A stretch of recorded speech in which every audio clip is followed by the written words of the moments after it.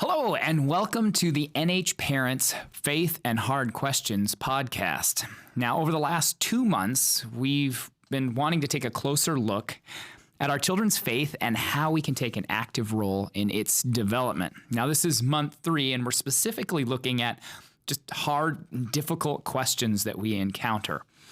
All right, my name's LeRoy, and I'm the pastor of kids here at New Hope. And so if you have a child who is 5th grade or younger, hopefully I've met and talked with you, or if not, I would really like to do that. And beside me, virtually, is... I'm Nathan Meeker. I'm the pastor of student community at New Hope. So I work with the 6th through 12th graders. I almost said year-olds, but that's not accurate at all. 6th through 12th graders. And hang out with the college kids as well a bit. Okay. Yeah. Well, so why difficult questions? This was something we were talking about earlier. Just we know that the faith during this time where we've had to spend more time with our kids at home, we realize that the development of our faith is really parent-centric. I think it always has been, but it's really put a focus on that. And so as we were kind of thinking and plotting and putting this together, we know we wanted to help in any way we can. And in digging into that, that thought, we realized that some of the things that keep us from like discipling our children as questions or difficulties that we're avoiding, whether consciously or subconsciously. And so as a community, we want to dig into that and kind of break through some of that. And so we've been talking about different ways to develop faith over these last couple of months, but today we want to really start churning on hard questions. And that's gonna come down to a lot of you guys, right? And in dealing with difficult questions, whether from your kids or questions you yourself have about faith that impacts your discipling your kids. What tools do we really have? And like you could Google it. You could, read a book, but really as a faith community, it's us, right? So the staff is part of it, but also other parents, and we need to connect, and we need to really lean into the community aspect of raising children.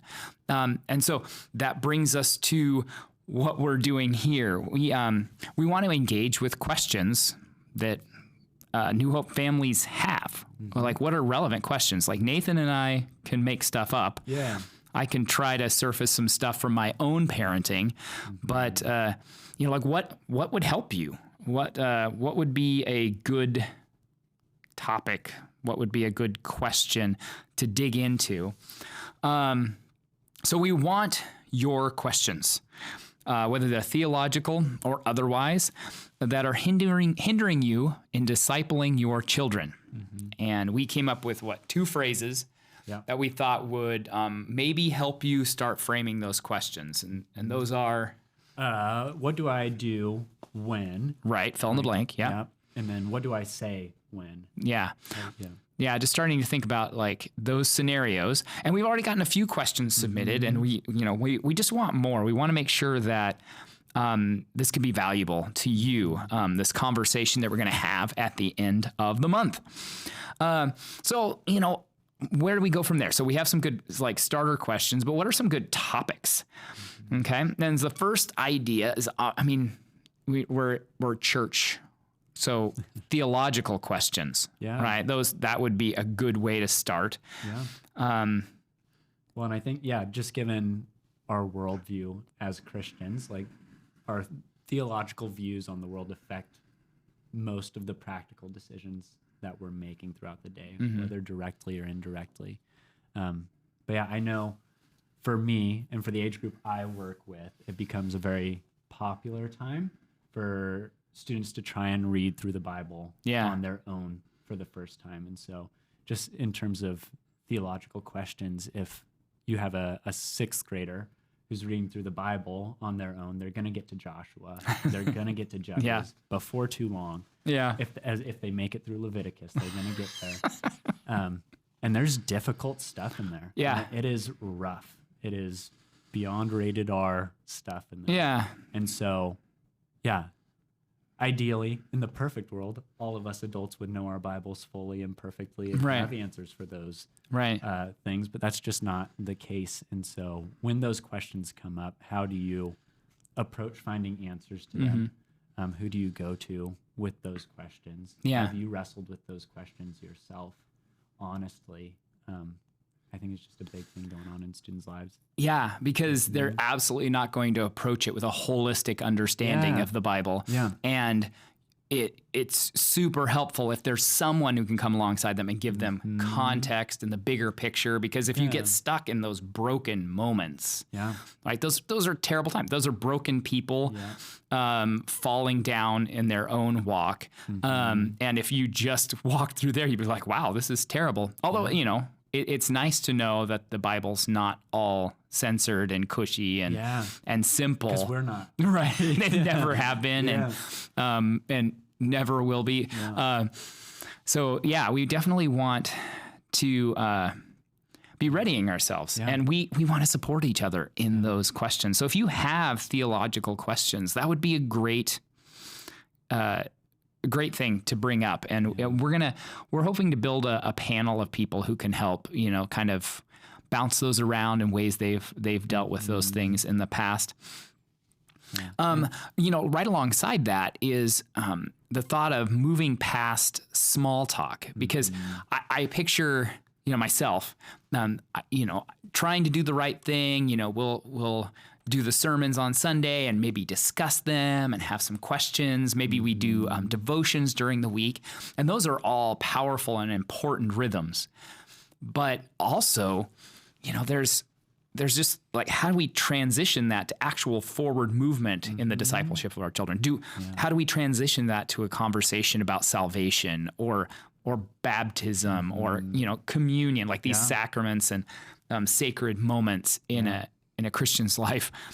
So that may be something like you would want to talk about, because I know it would help me to hear, you know, what did you do, right? Like, how did, like, oh, you had a good salvation conversation with your child. How did that happen? And I'm not going to get that on the internet, really. I mean, maybe it's out there, but and I mean, that's one of those things where they're huge topics that are very important to the church. So important that the church has been arguing about them largely since it started. And so having questions about that and genuinely wrestling with those topics and like, what should we actually do is of value. And I think it's just super important. Well, and I know it means a lot to me because I don't know, like some kids just develop differently and you don't know which ones of them want to have a deep conversation. They're just like, let me play Legos, right? But at some point we want to tackle those. Then there's always tech. Always. Right? Yeah. I think we're a society thrown into new realms of technology in the house. I mean, this has been true historically, but probably not at this rate or magnitude in history. And so we find ourselves with no historical guidelines on how to raise kids with technology well. So that's always a question. But it hasn't been a question we've wanted to talk about much this past lately. year. Before this past year, talk about it all we want. This year's complicated things for sure.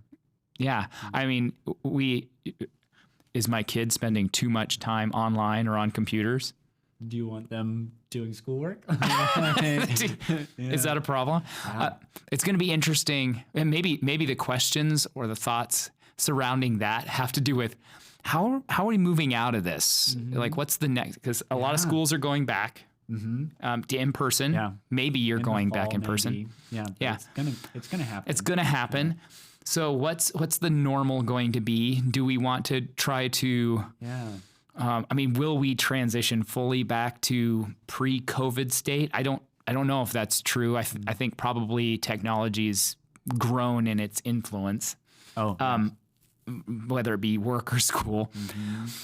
But, you know, maybe that's a question on your mind right now, or maybe it's not, right? Like we don't want to have a conversation about tech if everyone's just like, you know what, I need to table that for now because we're doing all we can. Yeah. I think that also, this is a bit of a tangent, but just highlights that the correct answer to some of these questions is dependent on the context that you're asking it in. Yes. That is it okay for my kid to be on their computer for 12 hours 2 years ago? The answer is different probably than it is presently. A little bit, yeah. Yeah, so... Yeah, maybe they're just that studious now, right? Before it was just like, that's just video games. Yeah. Because they weren't doing that much school on computers back then. Yeah, so, tech questions. Maybe that's something that would be helpful. Obviously, one of the big ones, and some people have already submitted questions about this, is peer relationships. Like, that's easy to navigate, right? I mean, super easy. Yeah, just black and white answers for all those. Right. Yeah. That's a contextual question. For sure. For certain.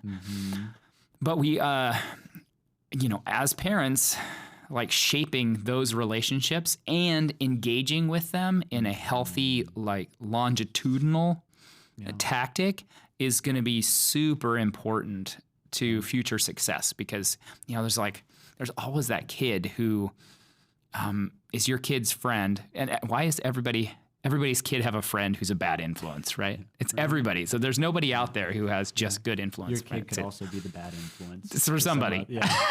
Somebody else. It's just it's a giant chain.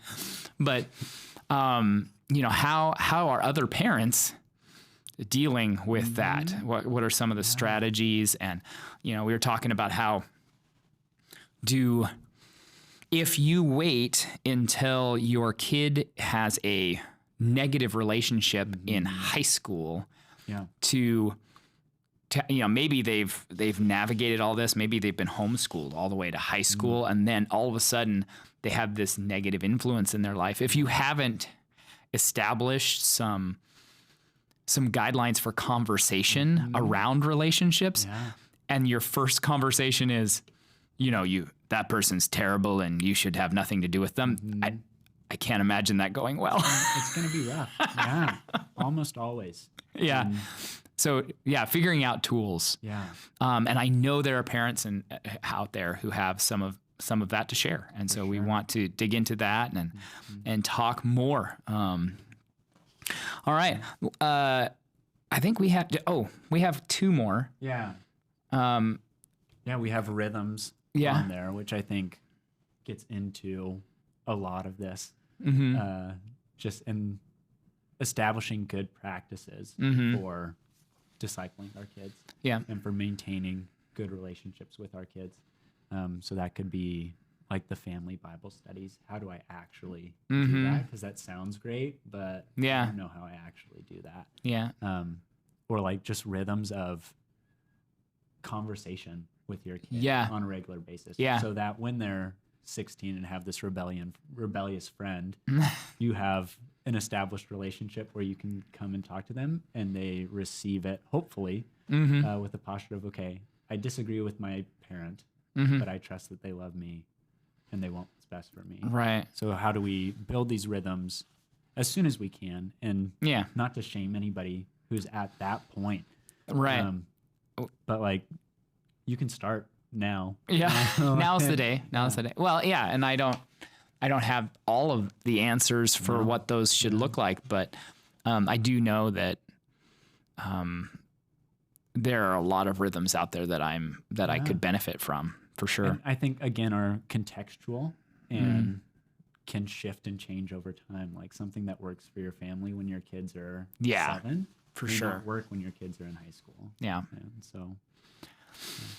Lastly, we always have conversations about sexuality, and that's always an easy topic and one that we want to discuss openly. But I think, it's important that that's not glazed over or just ignored.